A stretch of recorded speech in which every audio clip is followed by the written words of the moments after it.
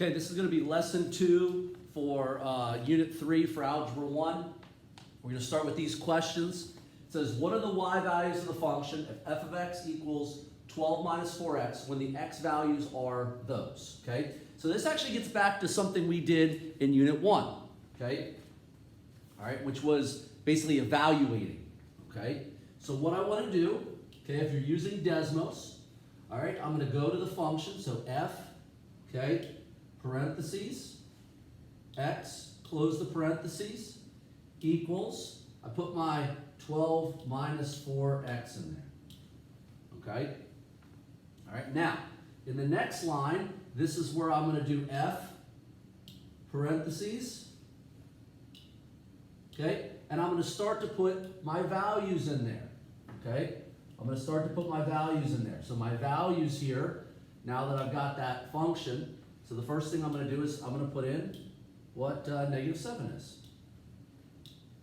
Okay, and it tells me 40. Okay, and then I'm going to put in, oops, I'm going to put in negative 5. It's got to go in here.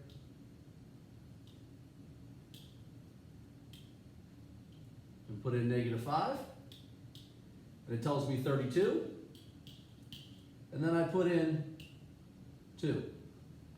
Just erase that and put in 2. Okay, so I get 4. Okay, if you're using Casio, okay, I'm going to put in negative, it's a little bit longer, negative 7 arrow alpha x, then type in my function. All right, I get 40, then I got to do negative 5 arrow alpha x, retype my function. 32, and then 2 for x.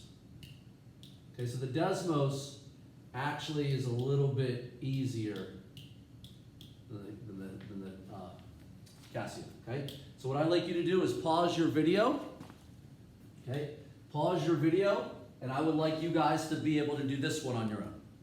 Okay, go ahead and unpause, all right? So from a Casio standpoint, okay, I'm putting in my from a Desmos standpoint, I put in negative 7x plus 3, okay? And then all I'm going to do is change these values, okay? So what values do they want me to have? They want negative 3, so I'm going to put in negative 3. Okay, it's 24, okay? Then I'm going to put in negative 1.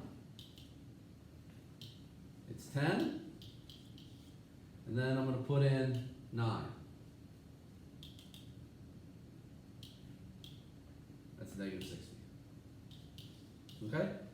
And for Casio folks, negative 3 for x.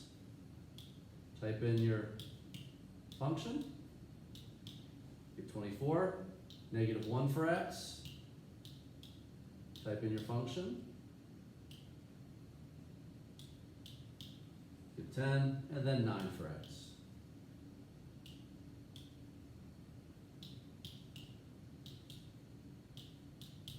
Get negative 60.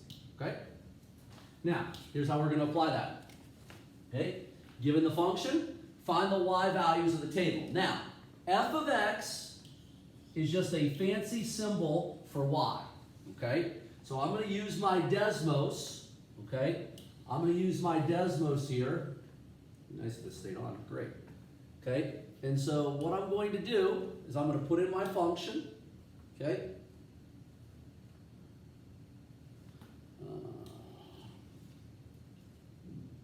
I think it's negative 2x plus 4. Okay? So I got f parentheses x equals negative 2x plus 4. Okay? So all I'm going to do is I'm going to put in these amounts. Negative 2, oops, f of negative 2, f parentheses negative 2. I get a result of 8, so I'm going to put that right in this spot. Then I'm going to do negative 1. I get 6. Okay? I'm going to put in 0. and I'll get 4. And then I'm going to put in 1, and I get 2. And then I'm going to put in 2, and I'm going to get 0. Okay? So that's that part, filling in the table. Now, plot the points. So I would plot negative 2 over, 1, 2, 3, 4, 5, 6, 7, 8 up. Negative 1 over, 1, 2, 3, 4, 5, 6. 0 over 4 up. 1 over 2 up. And 2 over 0 up. Okay? And now I've plotted my points. Okay? I'm going to show how to do Casio with this one. It's the same concept. Okay? All right? So f of x, once again, is a fancy symbol for y. Okay? So what I'm going to do is negative 2, arrow, alpha x, whoops, x, okay? All right, and then do 3x minus 1. I would use, if you're the Casio folks, use this for x. It makes it easier, so that'd be negative 7. Okay? Then negative 1 arrow for x, 3x minus 1, negative 4, okay? 0 for x, 3x minus 1 is negative 1. 1 for x, 3x minus 1 is 2, and then 2 for x.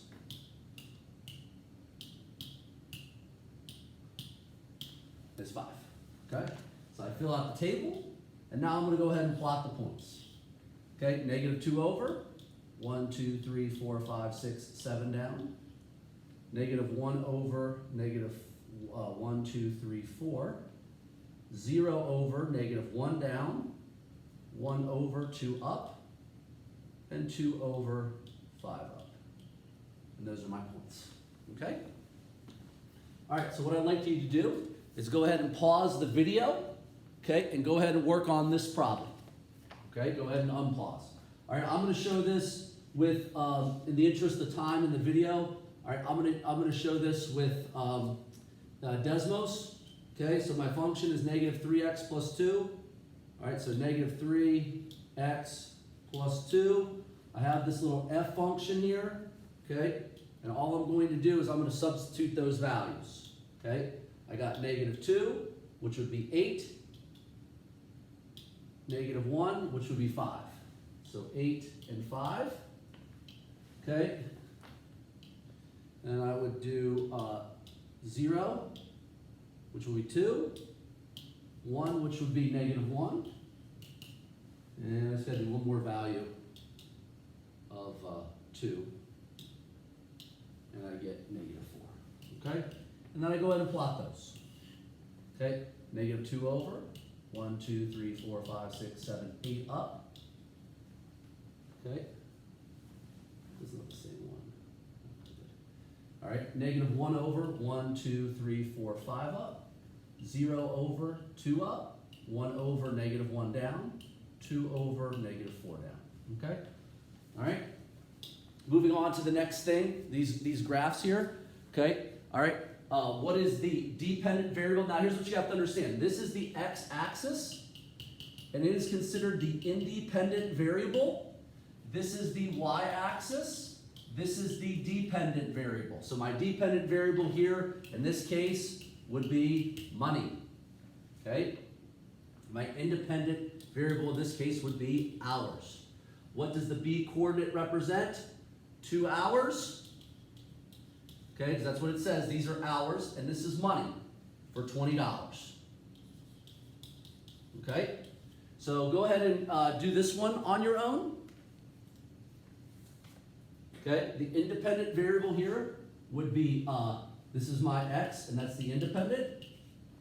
That's my y, and it's the dependent. Okay, so my independent variable here is time. My dependent variable here is height. Okay, what does the d coordinate represent? This says time in seconds, height in feet. So at 4 seconds, it's at 18 feet high. Okay, so because that goes over to that. Okay. And the last thing for this lesson, I would like to talk about basic slope. Okay? Slope of lines there's basically four types of lines, all right, that we're going to have. Okay, this slope is positive. Okay, this slope is negative. Now, this slope is flat. This is considered zero.